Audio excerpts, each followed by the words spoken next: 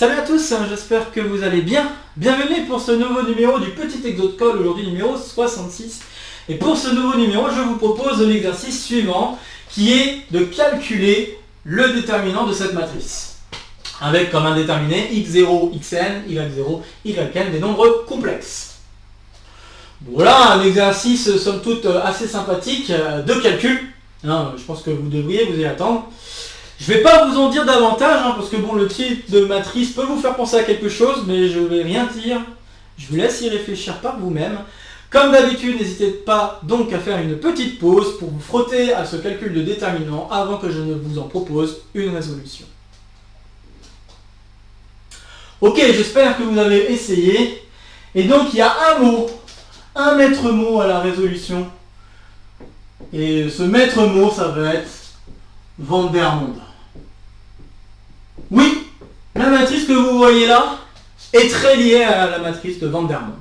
En vous disant ça, vraiment, ça doit vous donner peut-être des idées de comment on pourrait calculer le déterminant, et je vous invite à refaire une pause pour essayer de calculer le déterminant de cette chose en jouant avec cette idée qu'il y a une matrice de Vandermonde qui serait cachée là-dedans. Je vais me permettre en même temps, pendant que vous essayez, peut-être en faisant pause, de vous donner le nom en fait de cette matrice. Cette matrice, ça s'appelle l'homogénéisé de Vandermonde. Et ça peut-être encore un indice pour certains qui savent ce que veut dire le mot homogénéisé. Alors pour savoir ce que veut dire le mot homogénéisé, je pense qu'il faut avoir lu ça en maîtrise. Je vous en parlerai au moment voulu, si cela ne vous en parle, si ce mot ne vous parle pas. Donc encore une fois, n'hésitez pas à faire une petite pause pour essayer de résoudre l'exercice avant que j'avance dans la résolution.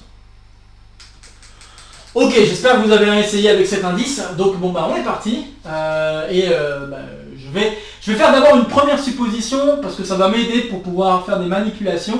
La supposition que j'aimerais faire est la suivante. Je vais supposer que tous les xi sont non nuls. Donc pour tout i dans 0n. Cette supposition va me permettre de pouvoir factoriser par x puissance i. Qu'est-ce que je veux dire? Par xi, pas par x puissance i, mais xi puissance ce que je veux, à vrai dire. Et donc, ma matrice dn, mon déterminant dn, je peux utiliser la multilinéarité du déterminant, donc le fait que le déterminant soit linéaire suivant les colonnes, ou les lignes, suivant ce qui m'arrange le plus. Là, ici, ce seront les lignes. Et donc, en jouant avec la linéarité des lignes et en mettant en facteur ce qui m'intéresse, donc là, notamment en mettant en facteur xi puissance n pour chacune des colonnes, donc pour la colonne i plus 1. Attention, les indicages font que la première colonne c'est x0. Ok. Et bien, je vais me retrouver avec la chose suivante. Je vais avoir le produit pour i allant donc de 0 jusqu'à n de xi à la puissance n fois le déterminant de la matrice suivante. Donc premier, ça va être y0 sur x0 jusqu'à y0 sur x0 à la puissance n. Et je fais la même chose pour chacune des lignes, ce qui me donnera en dernière ligne yn sur xn jusqu'à yn sur xn à la puissance n. Voilà. Ok, ça me donne un déterminant. Et donc, le déterminant que je viens d'écrire, là, vous devriez, si vous l'avez déjà vu, vous devriez reconnaître la matrice de Vandermonde. En effet, si je pose zi égale yi sur xi, on reconnaît donc le déterminant de Vandermonde, 1, z0, 0 jusqu'à z0 puissance n, 1, zn puissance n. Voilà, et ça c'est le déterminant de Vandermonde. Et donc, maintenant je peux vous expliquer ce que ça veut dire homogénéiser. Alors homogénéiser, ça veut dire que vous partez d'une formule qui dépend d'une seule variable, et à la place de la variable, vous remplacez donc la variable par un quotient de deux variables. Donc le z ici, vous le remplacez par y divisé par x. Puis vous mettez en facteur les puissances de x qui peuvent être en jeu. D'accord? Donc les 1 sur x puissance quelque chose, vous les mettez tous en facteur, et ça va vous donner un polynôme en général, ça dépend bien sûr des circonstances, mais souvent on fait ça pour les polynômes, et ça va vous donner un polynôme en deux variables, x et y. Donc voilà, c'est ça l'idée de l'homogénéisation, c'est très lié à des choses dans les espaces projectifs notamment. Je ne vais pas en parler davantage, je mentionne juste les mots ou les termes Si ça vous intéresse d'aller jeter un coup d'œil, de voir un petit peu plus loin ce que ça signifie, moi je me contente simplement de vous évoquer tout ça pour vous donner peut-être quelques idées ou en tout cas des choses que vous pourriez regarder. Bref, on se retrouve avec cette matrice de Vandermonde et le déterminant de Vandermonde, et ça c'est une formule bien connue. Vous devriez reconnaître donc, vous vous rappelez que la formule du déterminant de Vandermonde est la suivante. Zj, donc ça va être le produit des Zj moins Zi pour I plus grand que J. Et I et J devront faire le tour de tous les indices pour mes variables. Ok. Alors, à savoir que la matrice de Vandermonde peut apparaître dans plusieurs cadres. Alors, il existe le cadre le plus usuel que vous avez peut-être déjà rencontré en classe préparatoire, c'est l'interpolation de Lagrange, par exemple. Mais il y a aussi d'autres exercices où ces matrices de Vandermonde peuvent apparaître et peuvent avoir un certain intérêt. On en a, je pense, croisé quelques-uns. Et un exode-col qui me revient surtout à l'esprit, c'est un exode-col qui est l'exode-col numéro 11. Où j'évoque également la matrice de Vandermonde et je l'utilise pour montrer un résultat assez compliqué, hein, j'allais dire assez complexe, mais oui aussi, assez compliqué, où il faut montrer que n'importe quel sous-groupe d'ordre fini de GLN de C, donc sous-groupe au sens multiplicatif bien sûr du terme, n'importe quel sous-groupe d'ordre fini est en fait finalement de cardinal fini. Donc c'est quand même un joli exercice, et dans ce joli exercice, à un moment donné, on doit utiliser une matrice de Vandermonde. Quand même, voilà, et c'est d'ailleurs une des premières vidéos dans laquelle j'évoque la matrice de Vandermonde. Il est possible que je l'évoque dans d'autres exercices, mais à chaque fois que je l'ai évoqué, je n'ai pas parlé d'une preuve pour calculer ce déterminant de Vandermonde. Et bien aujourd'hui, vous allez être chanceux, car je vais vous montrer une preuve du calcul du déterminant de Vandermonde. Je pense que ça vaut vraiment le coup. Je me dis que c'est l'occasion parce que le calcul de ce déterminant n'est pas assez difficile une fois qu'on a compris comment le calcul de Vandermonde se passe. Donc je vais me permettre de vous proposer une preuve du calcul du déterminant de Vandermonde. Alors pour cette preuve, on va faire une preuve par récurrence. Donc je vais pas tout écrire de la preuve, je vais juste vous écrire les points importants. Mais sachez qu'on va faire donc une preuve par récurrence de la formule que j'ai écrite il y a quelques instants. Preuve par récurrence, donc la formule peut se deviner assez facilement une fois qu'on a la relation de récurrence. Et la relation de récurrence, je vais vous la donner grâce à de l'algèbre, notamment des jeux avec des polynômes. Car l'idée est la suivante, ce que je vais faire, c'est que à la place de Zn, je vais mettre une variable, je vais mettre Z. Ok. Et il se trouve que ceci me donne un polynôme en Z. Et je peux dire des choses sur ce polynôme. Il y a plusieurs choses que je peux dire. La première, c'est que le degré de ce polynôme, il est égal à n. Ok. En effet, si... Alors, il est égal à n, mais c'est vrai qu'il faut que je suppose quelque chose pour pouvoir avancer. Je vais supposer ici que les ZI sont tous distincts, donc 2 à 2 distincts. Parce que sinon, bon, on peut vite régler le problème, le déterminant vaut 0. Et ça colle bien avec la formule. Bon. Une fois qu'on a réglé ce problème, il reste à traiter le cas où les ZI sont 2 à 2 distincts. Donc c'est le cas difficile. Donc si les ZI sont 2 à 2 distincts, là le degré du polynôme c'est bien égal à n, parce que le coefficient dominant on peut carrément le calculer, et ce coefficient ça va être en fait le Vandermonde avec finalement un cran de moins. Donc je vais avoir un Z0 jusqu'à Z0 puissance n-1, et je vais aller jusqu'à 1 Zn-1, Zn-1 à la puissance n-1. J'insiste par contre sur le fait que la matrice que vous avez, là c'est une matrice n fois n. La matrice que vous avez ici c'est une matrice n plus 1 fois n plus 1. D'accord ? Faites attention à ça. Ça peut être des pièges sur la dimension de matrice. Ça peut avoir son importance dans la compréhension des calculs. Donc je préfère le signaler. Bref, donc le coefficient dominant vous pouvez le trouver. Vous pouvez donc déterminer le degré du polynôme. Et un truc en plus, c'est qu'en ayant supposé que les ZI sont 2 à 2 distincts, vous pouvez même préciser que le polynôme admet n racines distinctes. En effet, Zi est une racine de P pour tout I. Donc dans 0, n-1. Donc on se retrouve avec n racines distinctes du polynôme qui est de degré n. Et bien tout cela me permet d'affirmer que le polynôme ne peut avoir qu'une seule expression, puisque je connais aussi son coefficient dominant.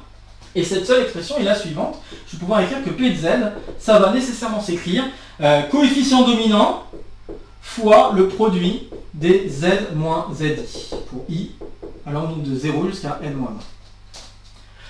Et voilà, et donc si je suppose que le coefficient dominant qui s'écrit comme ça admet la formule que nous avons vue il y a quelques instants, eh bien je vais pouvoir écrire la chose suivante. J'ai le produit pour 0, i plus petit que j strict, plus petit ou égal à n-1, donc de z j moins zi, fois le produit, alors là je vais me permettre de remplacer z par zn en même temps, donc comme ceci, je vais avoir ici zn moins zi, i allant donc de 0 jusqu'à n-1. Et vous pouvez remarquer que le produit que j'ai écrit ici, c'est en fait le même type de produit qu'ici, en prenant j égale n et i plus petit strict à j. D'accord? Donc vous reconnaissez exactement le même type de forme pour ce produit ici. Ça veut dire que ce produit ici, vous pouvez l'inclure dans ce produit-là, et juste en changeant l'indice ici en n au lieu de n-1. Donc ça permet de conclure le résultat voulu. Voilà une jolie preuve algébrique de la formule de Van der Monde, j'espère que ça vous plaît. Donc comme je n'avais pas encore eu l'occasion d'en proposer une, en voilà une. Il y en a d'autres, bien sûr, de preuves de ce calcul de déterminant de Van der Monde. Il y a aussi la possibilité de faire des combinaisons linéaires entre les lignes et les colonnes, notamment s'amuser à faire des soustractions successives. Donc par exemple, prendre la première ligne, soustraire la première ligne à toutes les autres lignes, voir ça fait apparaître des zéros, développer par rapport à la première colonne, obtenir une autre formule et après utiliser des formules de factorisation.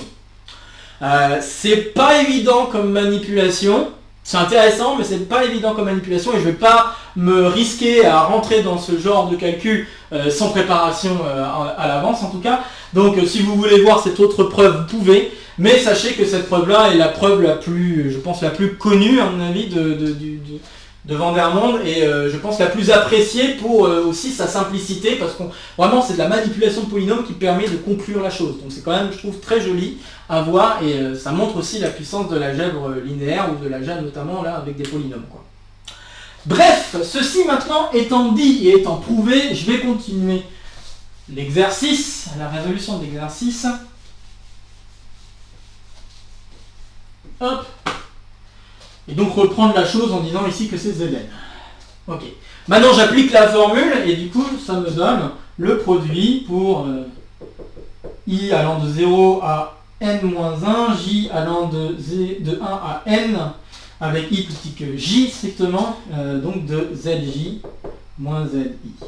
Et donc qu'est-ce qu'on obtient comme formule de déterminant? On obtient la chose suivante, dn, je vais l'écrire ici, ça va être le produit pour i allant de 0 à n de xi à la puissance n fois le produit pour 0 inférieur ou égal à i inférieur strict à j inférieur ou égal à n de x, alors je vais peut-être remplacer tout de suite, yj sur xj moins yi sur xi.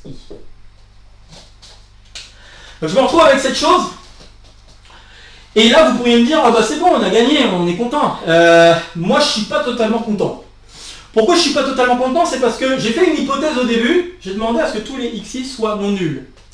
J'aimerais quand même bien avoir une formule dans laquelle je peux facilement remplacer les xi par 0 si je veux le faire, afin de m'assurer que la formule que j'écris ici serait finalement valable également pour xi égale 0. D'accord? J'aimerais bien aussi m'occuper de ce cas-là. D'accord? Et pour pouvoir m'occuper de ce cas-là, il va falloir essayer de se débarrasser de ces divisions par xi, xj. Comment?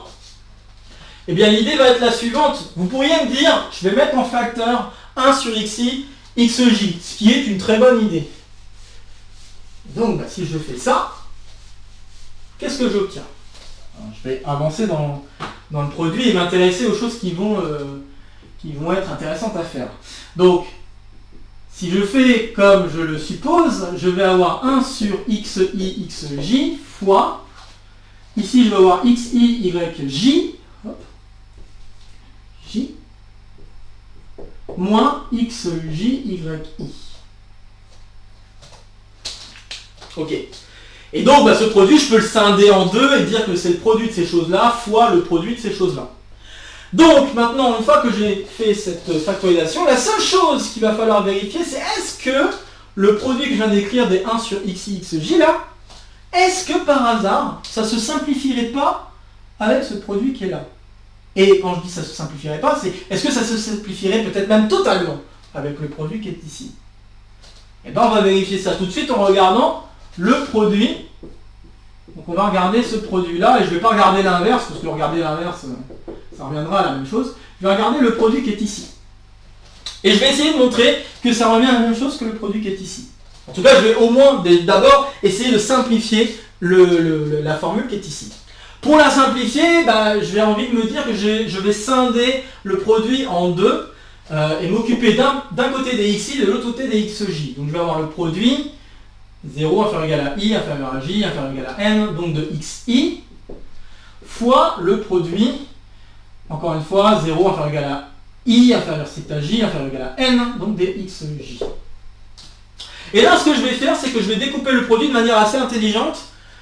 Ici, ce que je vais faire, c'est que je vais mettre un produit qui d'abord dépend de j, puis ensuite dépend de i. Et ici, je vais écrire un produit qui d'abord dépend de... Alors que je fasse pas de bêtises. D'abord dépend de i, puis dépend de j. Donc, ça c'est de la manipulation élémentaire de notation de produit et de somme. Donc là, je vais avoir produit pour i allant de 0 à n-1, parce que je ne pourrais jamais être égal à n. Hein. Du produit pour j allant de... c'est bien ça que je veux. Pour j allant de i plus 1 à n, de xi, fois, et ici je fais produit pour j allant de 1 à n, encore une fois j ne peut pas être égal à 0. Produit pour i allant donc de 0 jusqu'à j-1 de xj. Et donc ce qui est bien avec cette décomposition respective des deux produits, c'est que ici je me retrouve avec un produit dont l'indice est j, ici qui bouge.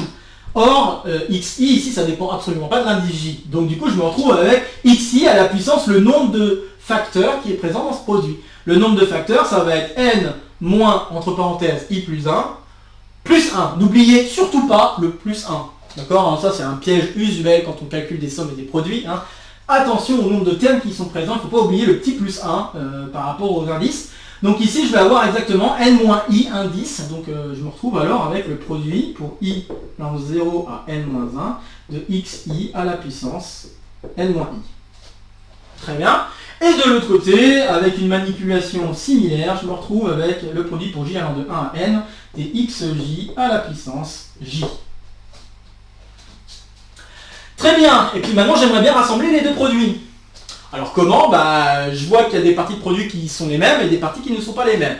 En l'occurrence, si je prends i égale 0, je vais avoir x0 à la puissance n, donc ça c'est pour i égale 0. Ensuite, je peux rassembler le i égale 1 à n-1 et le j égale 1 à n-1 et écrire que j'ai xk à la puissance du coup n-k fois xk à la puissance k. D'accord? J'ai remplacé j par k pour j allant de 1 à n-1 et j'ai remplacé i par k dans le produit ici pour i allant de 1 à n-1. Il me reste qu'un seul indice que je n'ai pas encore traité dans ce produit, c'est l'indice n. Et pour l'indice n, je me retrouve avec xn à la puissance n. Je simplifie hein, et je pense que vous avez compris, j'obtiens bien le résultat voulu. Je vais obtenir le produit pour k allant de 0 à n des xk à la puissance n. Ce qui est exactement donc le produit qui est ici. Hein, le changement d'indice i et k, comme les variables qui sont en jeu sont des variables muettes, elles ont donc rien à dire, comme disait un de mes anciens profs de prépa. Et quand elles n'ont rien à dire, ça veut dire qu'on peut changer son nom. Donc le nom de la variable k peut changer en nom de variable i, il n'y a aucun problème. Ce qui signifie donc que toute cette partie-là se simplifie avec ce produit. Conclusion de tout ce que je viens de faire, je vais peut-être effacer ici pour donner la formule finale. La formule finale, c'est donc le produit 0 inférieur égal à i inférieur à j strictement inférieur égal à n de, je vais faire attention, xi yj moins xj yi. Et voilà donc ce que j'obtiens. Est-ce que pour autant j'ai terminé? Alors déjà vous pourriez me dire c'est plutôt une jolie formule quand même hein, de calcul des déterminants, donc bon voilà, déjà c'est bien, je suis content. Et là aussi un autre truc c'est que je vais pouvoir remplacer les xi par 0. Et donc bah, c'est ce qui me reste à faire, hein, parce que jusqu'à présent j'ai fait la supposition que tous les xi étaient non nuls. Maintenant il faut que je me pose la question, qu'est-ce qu'il en est pour les cas de figure où certains des xi sont nuls? Alors il y a un cas de figure qui va être très simple. C'est le cas où il y a au moins 2 des xi qui sont nuls.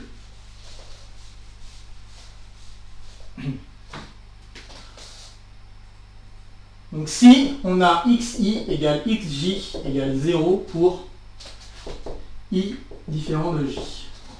Que se passe-t-il? Ça veut dire que dans la matrice que j'ai ici, je vais avoir deux lignes où il va y avoir que des zéros, sauf les deux derniers éléments qui pourraient être non nuls. Peu importe la valeur de ces deux éléments, yi puissance n et yj puissance n, peu importe la valeur de ces deux éléments, les deux lignes, vont être collinéaires. Donc vont former une famille liée. Donc on a que les lignes 0, 0, y, i puissance n et 0, 0, y, j puissance n sont collinaires. Et pourquoi c'est important de savoir ça? C'est important parce que si vous savez qu'il y a une famille liée, donc si vous regardez la famille des vecteurs donnés par les lignes, ou les colonnes, peu importe, voilà ici les lignes, s'il y a une famille liée là-dedans, ça veut dire que le déterminant vaut 0. C'est un joli petit exercice, un savoir-faire, donc, et ça vient aussi des définitions du déterminant, j'ai envie de vous dire. Donc dn vaut 0. Est-ce que dans ce cas-là, le produit qui est ici vaut 0? La réponse est oui, puisque dans le produit qui est ici, je vais nécessairement, quitte à placer i et j en disant que i est plus petit que j, je pourrais bien sûr inverser le rôle de i et j au besoin, mais si je suppose que i est plus petit que j, je vais avoir xi, donc 0 fois quelque chose, moins 0 fois un autre truc. Donc il va y avoir un facteur qui va valoir 0 là-dedans. S'il y a un facteur qui vaut 0 là-dedans, ça veut dire que le produit vaut 0. Donc ça coïncide avec la formule. Cela coïncide avec la formule. Ok, j'espère vous avoir convaincu. Je ne vais pas écrire plus de détails que ça. Maintenant, le cas un petit peu plus délicat à traiter, c'est le cas où il y a juste un seul des xi qui est nul. Donc si, et je ne vais peut-être pas l'appeler xi exprès, je vais l'appeler xk. Donc si xk est nul, et pour tout i différent de k, on a xi qui est non nul. Donc là, c'est le deuxième cas délicat à traiter. Là, on a donc traité tous les cas de figure où il y a plus que 2 zéros parmi les xi. Il faut maintenant traiter le cas où il n'y a qu'un seul zéro parmi tous les xi. Et s'assurer que la formule qu'on a là coïncide avec la formule qu'on obtiendra avec ce déterminant.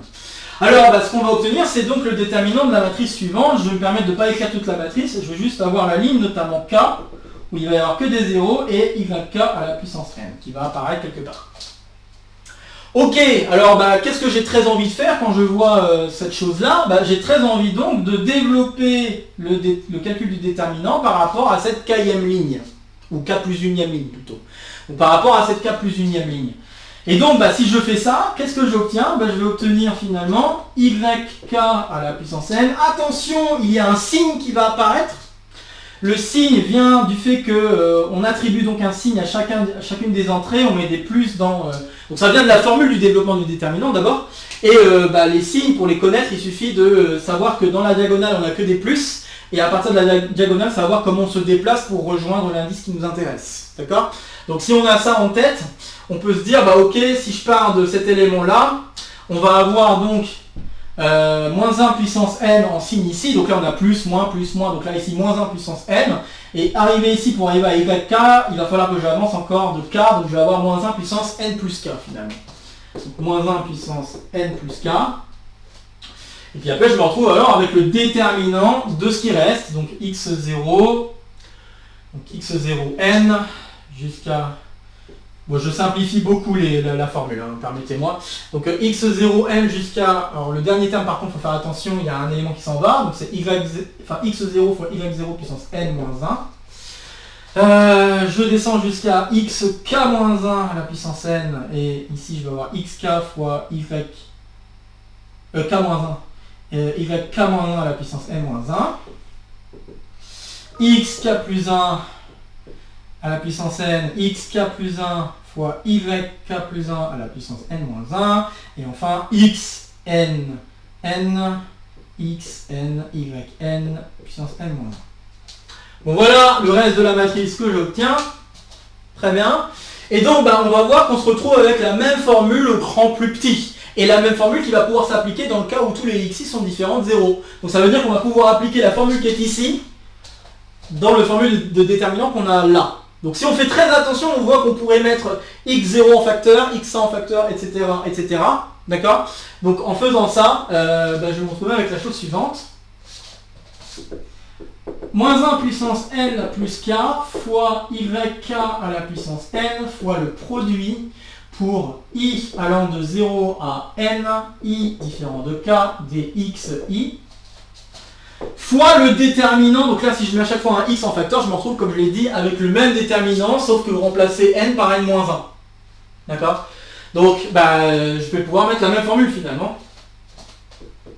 Donc, cette formule est valable, on peut le faire par récurrence si vous voulez, en disant que cette formule est valable pour les indices plus petits. Mais on va dire, j'ai même pas besoin de ça parce que je vous ai prouvé que la formule était valable à partir du moment où tous les xi étaient différents de 0. Donc c'est même pas une preuve par récurrence en fait que je suis en train de faire.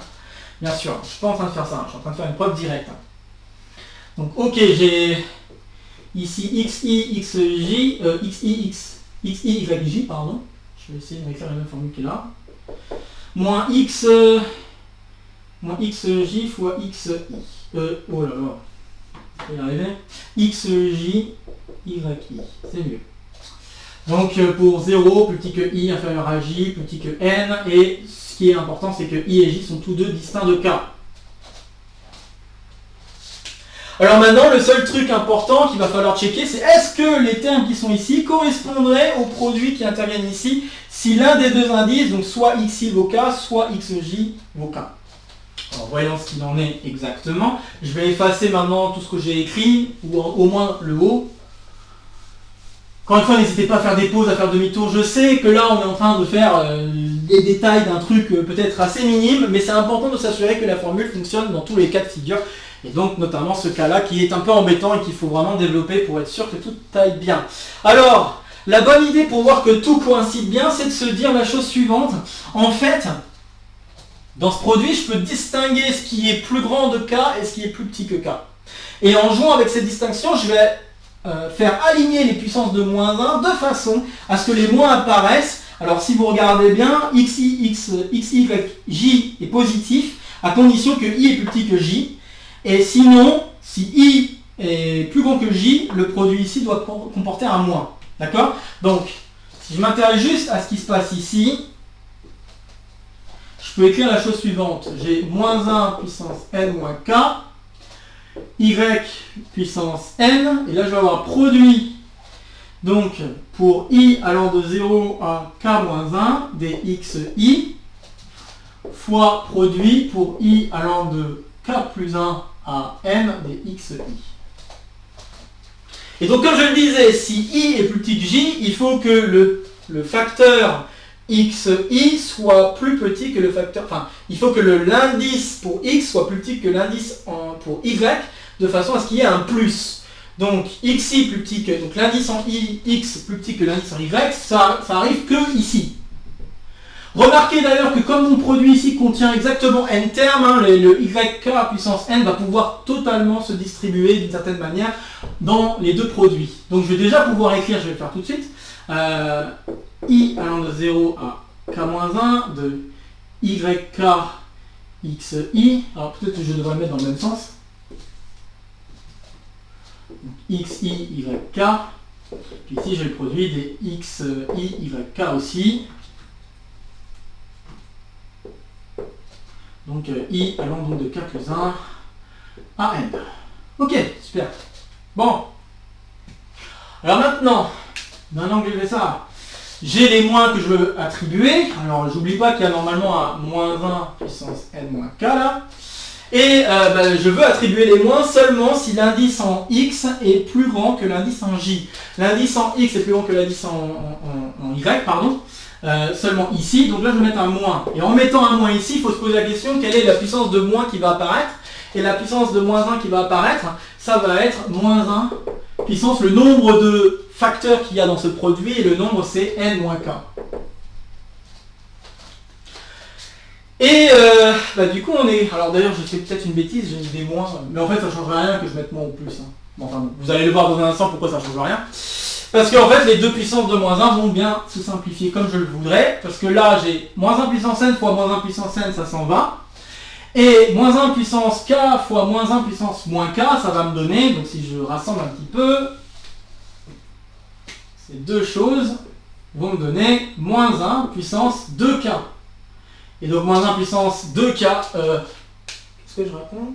Ah oui, non, mais non, je suis bête. Moins 1 puissance k fois moins 1 puissance moins k, ça simplifie. C'est juste le moins 1 puissance n, donc ouais, je vais juste faire ça. Je suis en train de m'embrouiller tout seul, tout va bien, ça arrive. Donc moins 1 puissance 2n, et ça c'est égal à 1. Donc finalement, il n'y a plus de moins 1 puissance. Youpi, on a distribué tous les signes.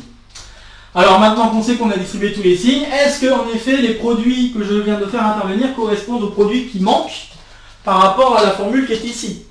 Alors par rapport à la formule qui est ici, il faut se poser la question, si I égale K, il faut que J soit plus grand que K. Ok, donc si J est plus grand que K, dans ce cas-là, je vais avoir cette chose-là. Cette chose-là, ça intervient bien. Alors, attendez, je le refais.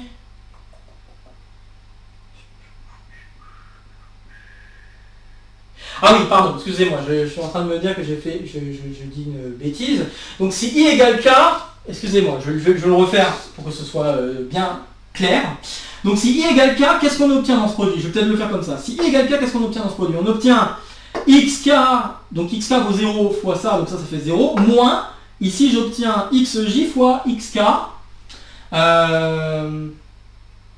XJ moins XK. Et donc ça correspond bien au produit dans le cas où on a l'indice I qui est plus grand que l'indice K ici, d'accord? Donc tout va bien, ce truc là, ça correspond bien à une partie du produit où on a ici K qui est plus grand que J, faire égal à N. Donc là ça veut dire I égale K si vous voulez. Donc de X K YJ moins XJ YK. Donc ce produit correspond à ça. Et de la même manière, on peut se rendre compte, si je remplace cette fois-ci J par K, alors je vais me retrouver avec XI YK, et là XK YJ, et là ça, ce truc-là, ça fait YI, pardon, et ça fait 0 parce que XK vaut 0. Donc je me retrouve bien avec le produit ici. Donc là, ça va être le produit, donc J égale K, donc j'ai XI YK moins XK Y. XK, I. Voilà, donc avec ici cette fois-ci I qui doit être plus petit que K. Voilà. Et donc en tout, j'ai bien le terme en I, en J égale K, enfin les facteurs en J égale K et les facteurs en I égale K qui peuvent s'additionner à ce produit-là. Et donc j'obtiens bien la même formule. Donc les formules coïncident. Bon, je ne vais peut-être pas écrire davantage, mais ça y est, j'ai donc terminé les deux cas de figure assez embêtants, notamment le deuxième qui était quand même assez embêtant à vérifier. Mais maintenant que j'ai vérifié tous les cas de figure, j'ai terminé. Je peux conclure que le calcul de ce déterminant me donne cette formule, ces jolies formules, que j'espère que vous apprécierez. Alors il y a peut-être d'autres questions qu'on pourrait se poser autour du déterminant de Vandermonde, je vais conclure là-dessus. Parce que là, j'ai fait il y a une homogénéisation de la formule de Vandermonde qui a été faite avec l'apparition de deux variables à la place d'une.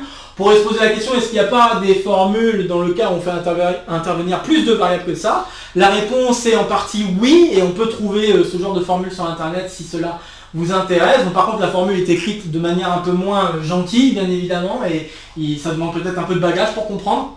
Une autre généralisation du calcul de Vandermonde pourrait être la suivante. À la place de jouer avec des puissances qui vont de la puissance, en général c'est de la puissance 0 jusqu'à la puissance n ou la puissance n-1, on pourrait se poser la question, est-ce qu'il n'y a pas moyen de jouer avec les puissances et peut-être de regarder d'abord la première avec les puissances de Z0 jusqu'à Zn, et je regarde les puissances lambda, puis après lambda 1, puis après je regarde la puissance lambda 2, puis je regarde la puissance lambda 3. Donc je prends des puissances un peu arbitraires et je vais voir qu'est-ce que ça donne. C'est aussi une question un peu générale qui a pu être posée par le passé. Il y a quelques articles qui peuvent se trouver autour de ça. Et il se trouve que c'est une question loin d'être difficile. Car le gros problème, en fait, dans le cas où on joue avec des puissances différentes, c'est que la preuve que je vous ai donnée tout à l'heure avec les polynômes met en lumière qu'il peut arriver des cas de figure où il y a des zéros qui ne sont pas forcément les zéros habituels. Déjà rien que pour vous donner un exemple, si vous commencez par prendre puissance 0 et puissance 2, vous avez 1 et moins 1 qui peuvent être tous deux des valeurs pour lesquelles la matrice deviendrait non inversible. D'accord, on est encore capable de donner une expression du déterminant, mais sachez qu'il y a cette fois-ci deux valeurs pour lesquelles on a des inversions, etc. Enfin, on a une matrice qui n'est pas inversible. Donc c'est quand même une question qu'il faut se poser, qu'on peut se poser, mais c'est une question qui est loin d'être facile à répondre. Vous pourrez trouver des articles aussi sur le sujet. Je pourrais peut-être les mettre en description, ça peut être une mission pour moi. Donc si je les trouve bien en description, vous les verrez en description de la vidéo. Si ça vous intéresse, jetez un coup d'œil. Bref, je pense en avoir dit suffisamment concernant cet exercice. J'espère que ça vous a plu. C'est très calculatoire comme exercice. Si vous aimez les calculs, vous devriez être servi ou avoir été servi. Si vous n'aimez pas les calculs, désolé pour vous. Ça a été peut-être un peu difficile à suivre, notamment la fin. Bon, le début, ça devait être appréciable, mais la fin, ça devait être peut-être un peu embêtant.